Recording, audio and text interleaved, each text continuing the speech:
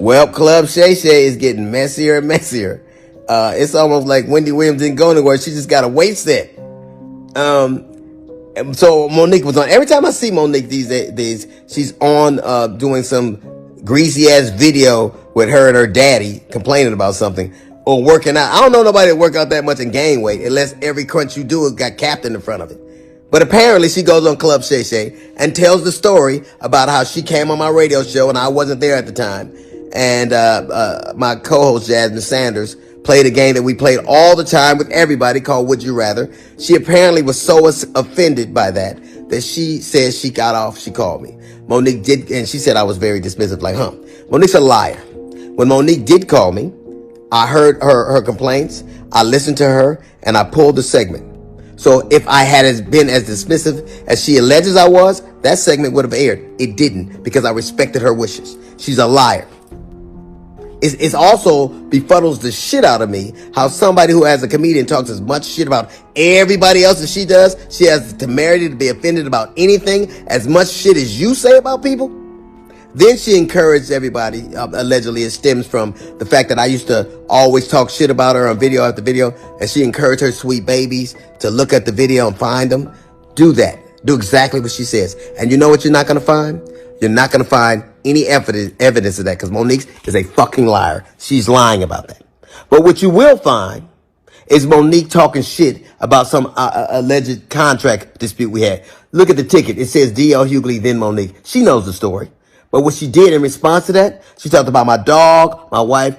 This broad even brought out my daughter's personal trauma. My daughter was molested, and Monique brought that shit out and told the world that I allowed my daughter to be raped in front of me. The lying motherfucker. She knows she was lying. And it only stopped when everybody from my family checked her. It's interesting. You know what else you won't see Monique doing? You won't ever see her with her family, videos with her children or grandchildren, because nobody fucks with me. How do you have sweet babies when your own babies don't fuck with you? How do you love us for real when there's no evidence of anybody loving you for real, except your daddy, who you apparently have to pay? And FYI, daughters are paid for by daddies, not daddies who get paid by their daughters. You know what else you won't see Monique doing? Telling jokes. Monique, if she'd have spent as much time actually writing jokes and writing her Netflix special as she did complaining about not having one, it wouldn't have been trash. It got the worst reviews of any Netflix special in history, because that's what Monique does. She complains and she has grievances. You never see her being a human being. You never see her being sweet and warm to people, except when she's using it to butter somebody up to get something. There's a reason why everywhere she goes, shit starts. Everywhere she goes. How is it that nobody fucks with you? Not even your family. How do you, or I was on the road getting it. I get it every goddamn week.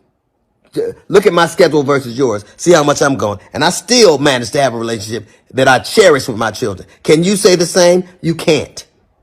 Because all you do is talk about your grievances and who did you wrong.